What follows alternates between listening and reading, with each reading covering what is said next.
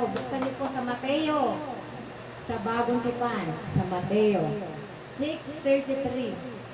Medyo pamilyar ito sa inyo. Kuya Diyos, wala kang Bible. Ang daming Bible doon sa likod. JC, doon sa yellow bag. Mateo 6:33. Doon sa Walter Mark. Mateo, isa lang po ang verse natin, kaya dapat meron tayong Biblia. Ay, Justin. So, kuya, hindi mo na sinasama. Si mami.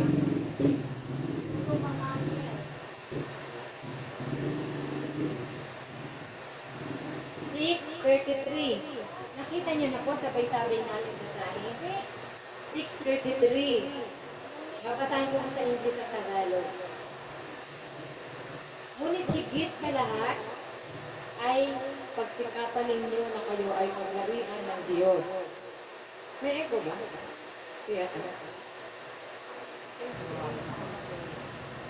At mamuhay ng ayon sa kanyang kalooban.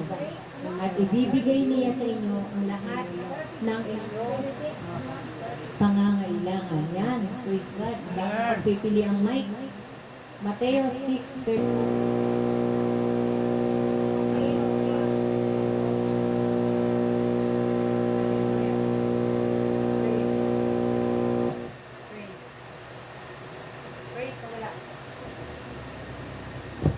Praise the Lord. Okay na po, praise natin.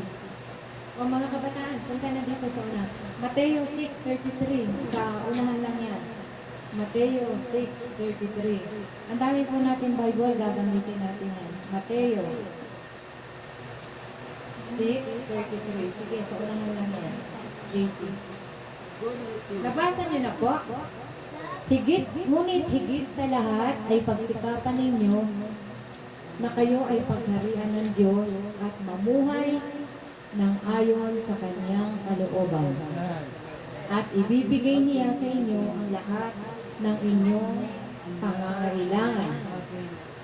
So, anong title po natin sa umagang ito ay bagay na bagay sa atin dito. Ang ating pong title ay Priority. So, dapat prioridad daw po, prioridad. Sabi dito, ngunit higit sa lahat. Ngunit higit sa lahat, ibig sabihin,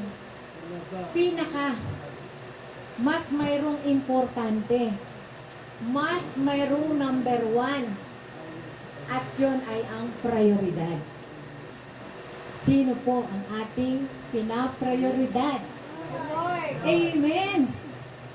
Si Lord, ang galing ni Jasmine. Si Lord daw po, sabay pa sila sumagot ng kanyang lola. Talagang meron ng tupa si Ate B.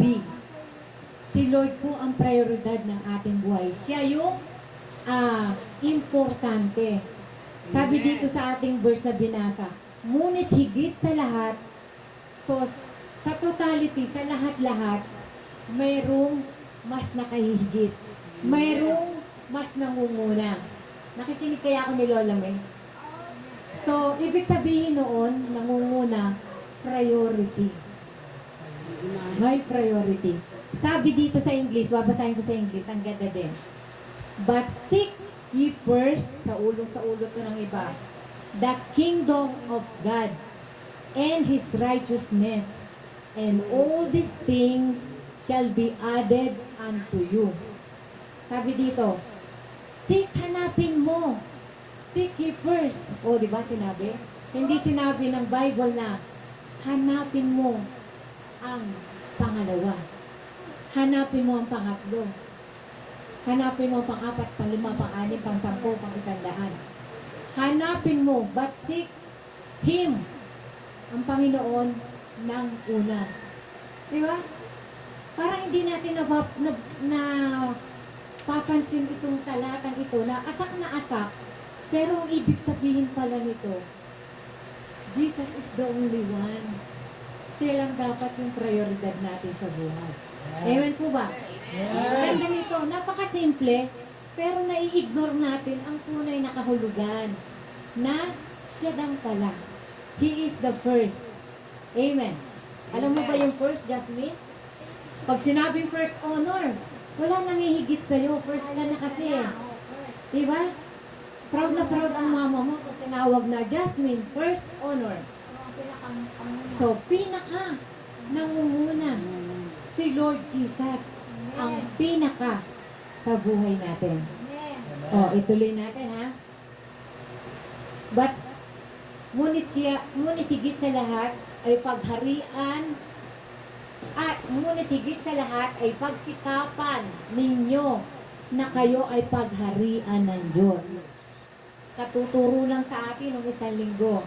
Pagsikapan, sabi ni Ate Joanne, maging masipag daw tayo.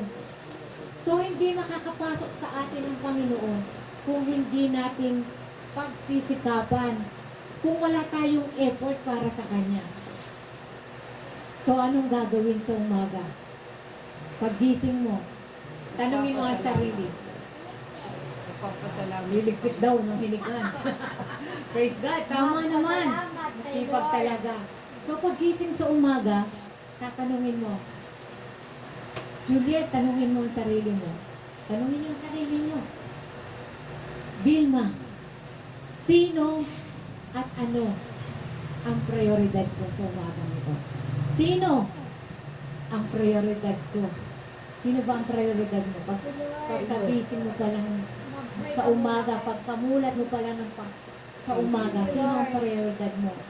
Tapos ang pangalawang tanong, ano ang prioridad mo? Ang daming labahin. Yung ba, doon ka kaagad ba nakapokus? Kasi doon sa kama namin, sa bandaroon, lagay ng maduduming damit. Juliet, ano ba ang prioridad mo sa umaga ito? Oh! Ang daming imising. Parang napopokus ka kaagad sa iba. Kaya pagising mo sa umaga, sino at ano ang itatanong mo sa sarili mo? Vilma, sino ang prioridad ko sa umaga ito? Ano ang prioridad ko sa umaga ito? So, di ba? Napakasimpleng talata na kailangan may uunahin tayo. Ayan po ba? Amen. Sabi po sa dictionary, himay-himayin natin to. Ang prioridad daw po ay isang kondisyon na tama or status of being considered more important. Sabi po sa dictionary or ngayon sa Google na, dahil isang pindot sa Google, ayun ang sagot. Sa AI, isang pindot ni Ate Angel, ari na ang sagot agad. Hindi na mag-e-effort sa Webster Dictionary ngayon. Pag tinanong mo, ano yung priority? Sabi po dito ay, ito daw po ay more important. Napakahalaga. Napakahalaga pala ng priority. Mamaya po tayo pupunta sa priority. Yung mga senior na yan, i-discuss po natin yan. Isa-isahin natin. So, more important, pinakamahalaga pag sinabing prioridad. Kaya naman hindi dapat ini-ignore, hindi dapat isinasawalang binabaliwala ang prioridad sa umaga pala. Kasi pag gising mo, biyaya na yun ng Panginoon. Pwedeng hindi ka na nagising, pwedeng binangungot ka na, pero dinagdagan ng Panginoon ang ating buhay. Amen. Kaya, dapat naman, radya na naman tayo nakaano talaga sa akin yung salita ng soul. Dapat naman, ay ibalik natin ang pasasalamat sa Panginoon. Alakpakan naman natin ang Panginoon. Lord, ikaw ang magiging priority namin. Simula sa araw na to, tinuturuan mo kami muli. Kasi yung katawan natin, ayaw ng priority eh. Totoo naman, di ba? Minsan, hindi natin nagagawa magbasa ng salita ng Panginoon. Hindi natin siya prioridad. Minsan, may nagawa na tayo bago tayo nananalangin. So, aminin natin, hindi gusto ng katawan. Pero gusto ng Panginoon sa atin na masakop tayo niya upang tayo ay pinagpapala ng tuloy-tuloy ng Panginoon. Mas nalalapit tayo sa Panginoon. Amen po ba? Amen. Amen. So, sabi sa dictionary din, ang meaning ng priority sa profession, sa mga profession, sa mga nagtatrabaho, sa mga nag-o-office, yung ating mga anak na nag-o-office, ang prioridad sa kanilang ibig sabihin ay critical task. So, masinsinan na dapat gawin. Critical. Pag ikaw ay nasa opisina, si Ate Del, dati nag-o-office, pag binigyan siya ng dokumento ng boss niya, o Del, i-prioridad mo to. So, ibig sabihin, pag sinabing ganon, urgent yun. Kailangan matapos sa lalong madaling panahon. Ipa-prioridad. So, ganun sa mga profession, sa mga nagtatrabaho. Hindi pwedeng babali-bali-walain lang. Top urgent. Sasabihin ng boss mo, oh, tapusin mo to. May due date, may deadline. Ayun ba? Ate Del, di ba? Amen. So, sa mga legal, para sa mga nanay, ano ang priority sa dictionary? Ito yung halimbawa, mga financial. Ito yung mga pagka-priority, may mga due date. Pag na-receive mo, ang bilang Meralco, may nakasulat na due date. Ang ibig sabihin, sa legal, sa financial ng priority, now na. Diba? Lagi natin ito nakikinig. Now na. At pag hindi mo now na, isang buwan na lang. O may grace period naman ang mga kumpanya. Pero pag pinatagal mo ng pinatagal, putol na. Magkakaroon ka ng penalty. Magkakaroon ka ng magsasuffer ka ng consequence pag inignore mo ang meaning ng prioridad. Hindi mo pinayaran sa nakatalagang date, yung due date. So, ikaw ang mahihirapan. Magsasuffer ka ng consequence nito. Maaari kang maputulan ng ilaw, maaaring dumagdag penalty sa yung mga due date. So, now na, yun yung nakikinig natin. Pag sinabing, ito, prioridad, now na, gagawin na agad. Kaya pala pag nag-utos tayo sa anak natin ngayon, anak, now na ha, kasi ang sagot sa atin, wait eh. Pag sinabing priority, hindi pwedeng ang sagot ay wait. Pwede mo ba sabihin sa Panginoon, Panginoon, wait lang ha, mamaya ako magdi-devotion. Pwede naman, napakabait ng Panginoon. Pero parang bilang Panginoon na nagbigay ng buhay sa atin, sasagutin natin na, yung magulang natin, pwede natin sagutin na, lalo na mga kabataan. Sinasabi niyo ba kay mami, wait lang po, buti may po pa, ano? Pero pag sinabi natin sa Panginoon, Panginoon, wait lang po. Ano kaya sagot ng Panginoon? Anak, wait lang din yung pagpapala mo, ha? Ano kaya? Matakot kaya tayo? O, paano? Lord, hindi po, susunod na po. Baka sabihin sa atin ni Lord, biglang mangusap sa atin, anak, wait lang ang pagpapala mo. Pwede bang bawasan ko muna yung hangin para sa'yo? Aasmahin ka, mahirapan kang huminga. Pero napakabuti ng Panginoon. Laging tayo ang prioridad sa Kanya. Di ba? Sa pasaway na buhay ng mga nilalang niya, mahal na mahal pa rin tayo. Kahit tayo nagkukulang, tayo ang prioridad ng Panginoon eh. Pag-ibig niya hindi nagbabago sa atin. Ayan po ba? Praise the Lord. Hallelujah. Iinom po muna.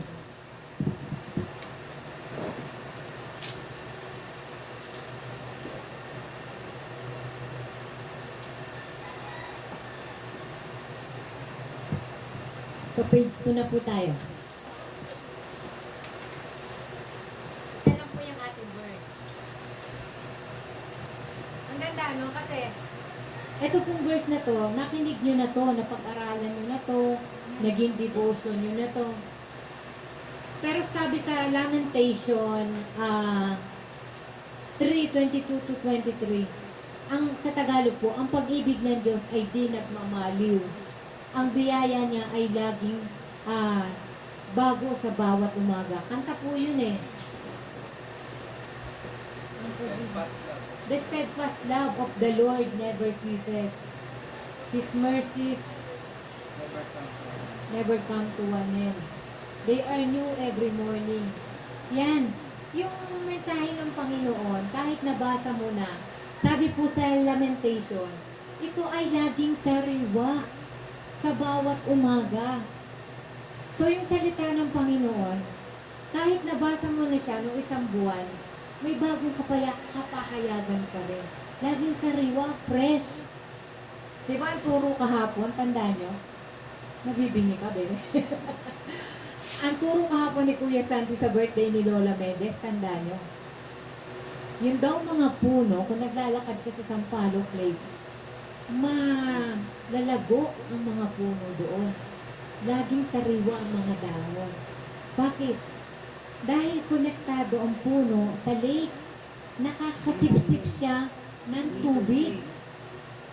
So, yung puno lumalago, lumalakas dahil malapit siya sa tubig. Ang tubig ay sumisimbolo sa Panginoon. Yun yung nagsusustain ng buhay ng puno. So, kung malapit tayo sa puno, priority natin ng Panginoon, hindi lang ang Panginoon ang may prioridad sa atin. Tayo din isusustain ng Panginoon. Masigla tayo kung tayo ay laging konektado sa puno. Ayan po ba? Amen. Praise the Lord. So, pag-aralan natin sa biblikal na kaparaanan. Sabi dito, ngunit higit sa lahat, ano daw? Higit sa lahat. Wala nang nakahihigit pa. Higit na siya sa lahat. Pag sinabing prioridad, higit siya sa lahat. Kaya nga priority ang tawag. Higit sa lahat, pagsikapan. Sabi ni Ate Joan, diligence. May effort, may hard work na kailangan, may action. May gagawin. May gagawin tayo. Hindi parang si Juan Tamad. Di ba wala na ngayong Juan Tamad? Yung tanda nyo, yung nakahiga si Juan Tamad, tapos babagsak, naantay niya, nababagsak na lang yung bayaba sa bibig niya. So, wala nang Juan Tamad ngayon. Juan Sipag na. So, dapat pagsusumikapan daw natin. Kaya anong gagawin pagkagising? Makikipag-usap sa Panginoon. Ayun ang priority. Magpapasalamat sa Panginoon, aawit sa Panginoon, magbabasa ng kanyang salita. So, sa mga hindi makabasa ng Bible, magpagawa po tayo ng salamin. Napakamura lang po ng salamin. Napakamamahal ng mga bagay ng ating binibili. Ngunit, hindi natin nababasa ang salita ng Panginoon dahil wala tayong salamin. So, magpa-upgrade po tayo ng salamin. Kaya salamat sa Panginoon. Malinaw na ang mata ko. Nagpa-upgrade na ako ng lente ng mata.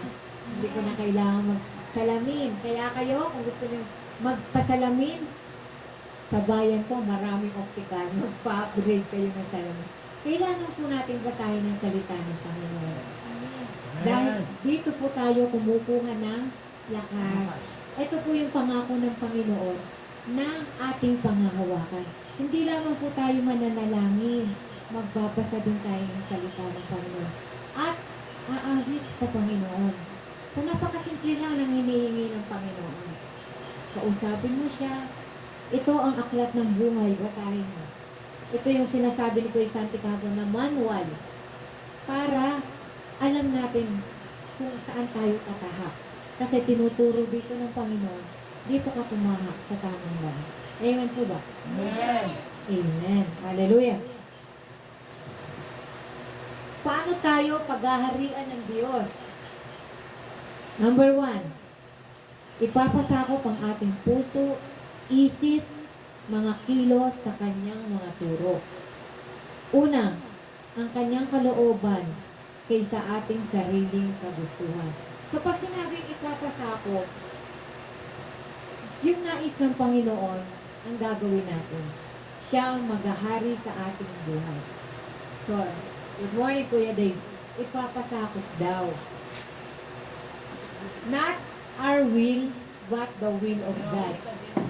Ang nais ng Panginoon ang maghahari sa ating buhay. Sino? Para kanino? Ito ay tungkol lahat sa Panginoon. Pag nagpasakop ka ng buhay sa Panginoon, Kuya Dave, ito ay para kanino? Para sa Diyos ang buhay mo.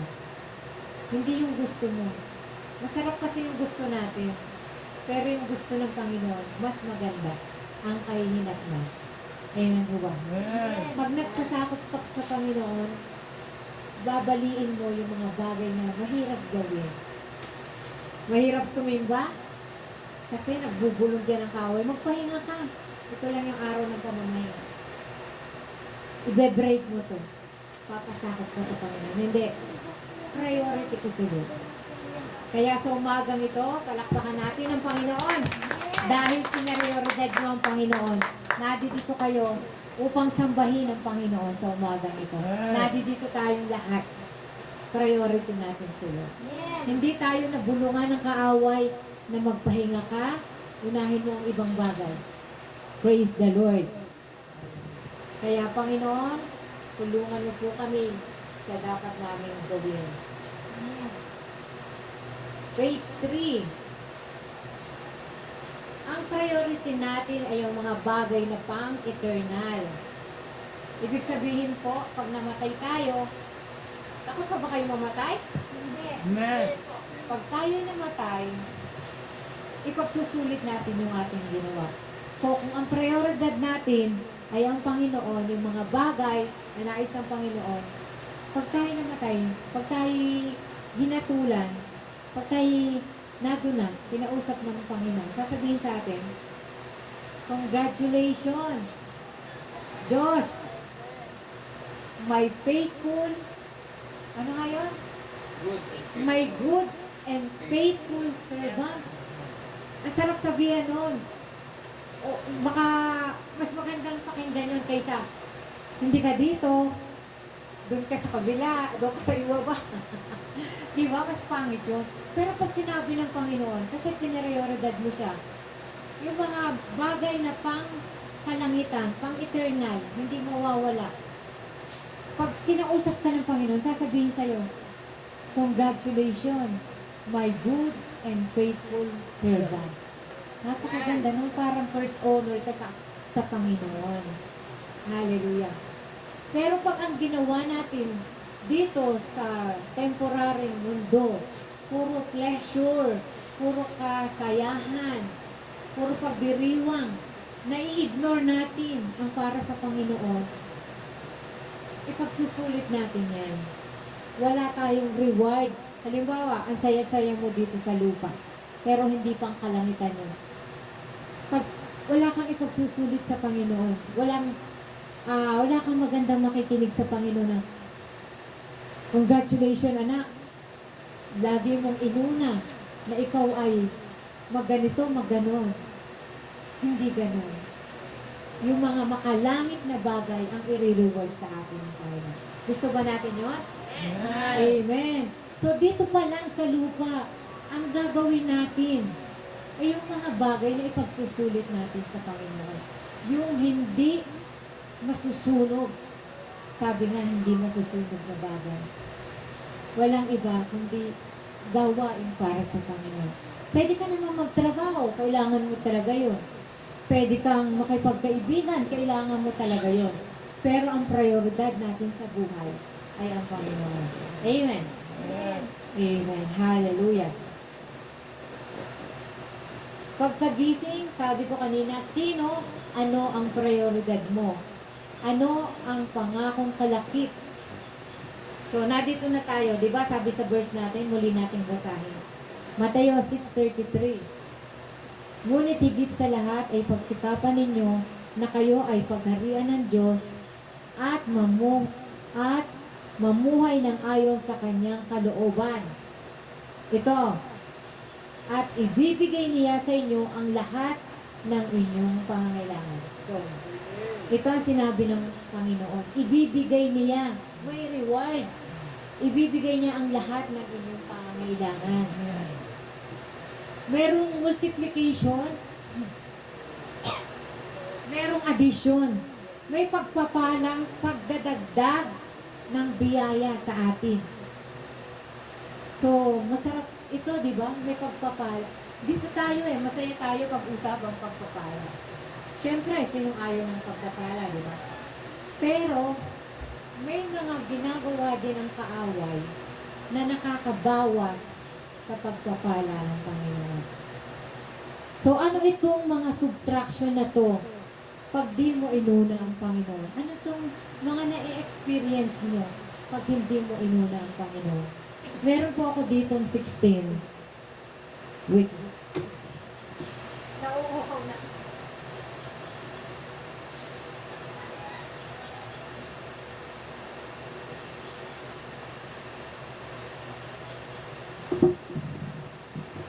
Maganda pong pag-usapan to. Last na po ito, dalawang set. Unahin natin yung mga pag hindi natin ginawang prioridad ang Panginoon. Gising kayo, gising. Ano ang mga ma-experience natin pag hindi natin naging prioridad ang Panginoon? Number 1, pag hindi mo ginawang prioridad ang Panginoon sa umaga, meron kang guilty feelings. Diba? Nakukonsensya ka. Tayo lahat, nakaka-experience tayo nito. Nakukonsensya ka. Sana nakapag-pray ako kanina. Parang, agsin natin yung salita. Parang minamalas ako ngayon. Pangit na salita. Pero nakukonsensya ka. Kasi nga, dapat mayroong priority. Higit sa lahat, siya yun Yan, meron ka ng guilty feelings. Nanganganak to, nagmumultiply. Anong sunod? Stress. Papagod. Bakit pag hindi mo inuna ang Panginoon? Aminado tayo. Diba pagod na pagod tayo? At ang daming trabaho na hindi natapos. Ayan ang bunga ng hindi pag-uuna sa Panginoon. So, tandaan natin, ayaw natin ma-experience na to. Dapat, Lord, ikaw po ang prioridad ko. Number 3, deteriorated. Turete na ang utak mo. Diba? Nawawalan ka na ng kapayapaan. Parang dumaan yung maniningil. Hindi ko na ipanalangin. Nadagdagan na. Na-deteriorated na ang utak mo, naturete na. Eh kung napanalangin mo, Lord, papadalan mo ako ng uwak. Mababayaran ko yung due date ko ngayon. Eh kaso naisahan ka ng kaaway. Na-ignore mo ang dapat inuuna mo. Ayan na, may turete na sa utak mo. Dadagdag na naman. Sumakit ang ulo mo. May pain kang naramdaman. Nairita ka. Ang dami, no? Hindi mo na lang pinarioritad ang Panginoon. Ang daming pwede mangyari. Nairita ka na. Umawa ka na ng umawa. Naging nager ka na, kuyatan. Ito, kuyatan. Ayun, kuya. Hallelujah. Ang bilis gumawa ng kaaway. Pwede tayong sakupin instantly. Pero ang susi lang pala, seek Him first. Unahin siya. Mamaya natin pag-usapan kung anong idadagdag ng Panginoon. Ano pa? Yung mga emoji na nakikita natin sa cellphone. Ayun na nagiging expression ng mukha natin. Sad face. Ano ba sad face? Happy face yan. Sad face. Malungkot ka. Kasi naisahan ka nga ng kaway. Madami kang nauna. Sad face. Angry. Parang kasi angry bird. Angry face. Yan ang bunga ng hindi pagka-prioridad sa Panginoon. Ano pa? Loser. Talunan ka sa araw na yon. May babalik mo pa ba yon? Hindi na. Yung mga lumilipas na araw, hindi na naibabalik. Pero napagsusumika ka. So sasabihin mo sa gabi, kung nagawa ko lang yun, sana tagumpay ako sa araw na to. Hindi ako loser. Ano pa? Bigo ka, bigo. So yan yung mga atake ng kaaway kapag hindi mo inuuna ang Panginoon. Eh ano naman ang nangyayari pag inuuna ang Panginoon? Siyempre, lahat ng ito, yung kabaliktaran nito, ang idadagdag ng Panginoon. So ano ang idadagdag ng Panginoon? Kapag pagising mo pa lang sa umaga, sinik mo na agad ang Panginoon. Pagising mo, blessing nga yan kasi nadagdagan ng buhay mo. Nagsambit ka na agad ng pasasalamat. Panginoon, salamat. Sa umaga nito, dinagdagan mo ang aking buhay. Marami akong gagawin.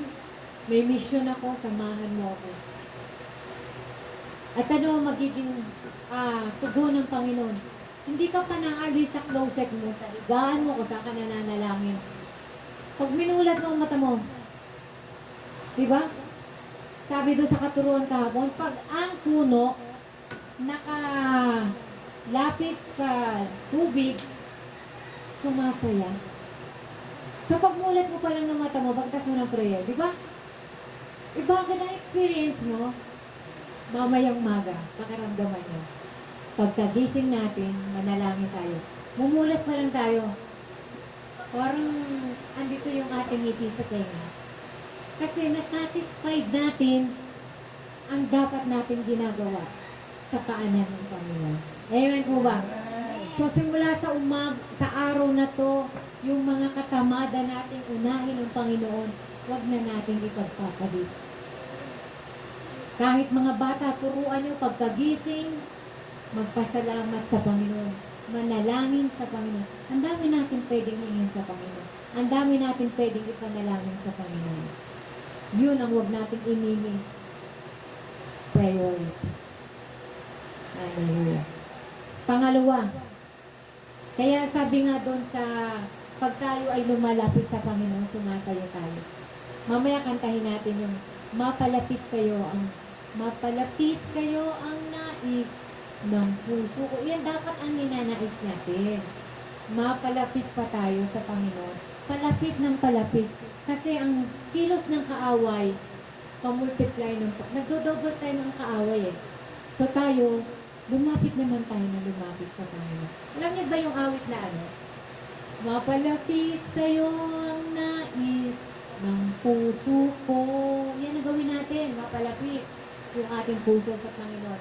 Mapalapit sa'yo ang tanging nais kong gawin. So gawin natin, may effort. Maghari ka ngayon at magpakailanman. So maghahari ang Panginoon kung sinisikap mong hanapin ang kalooban ng Panginoon ngayon. Ito ay magtutuloy-tuloy at magpakailanman hanggang sa kanyang pagbabalik. Hallelujah! Palakpakan natin ang Panginoon. Hallelujah!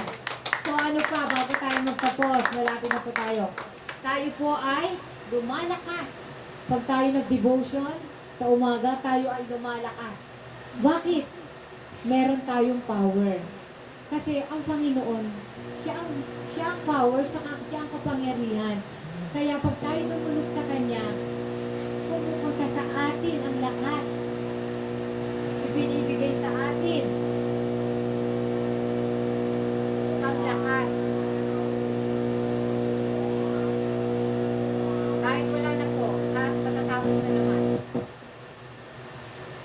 ibinibigay sa atin ang lakas. So nagkakaroon tayo ng tagumpay. Kung kanina loser, praise. Kung kanina loser, ngayon success. Sasabihin natin sa maghapon, yes, tagumpay ako sa umagang ito.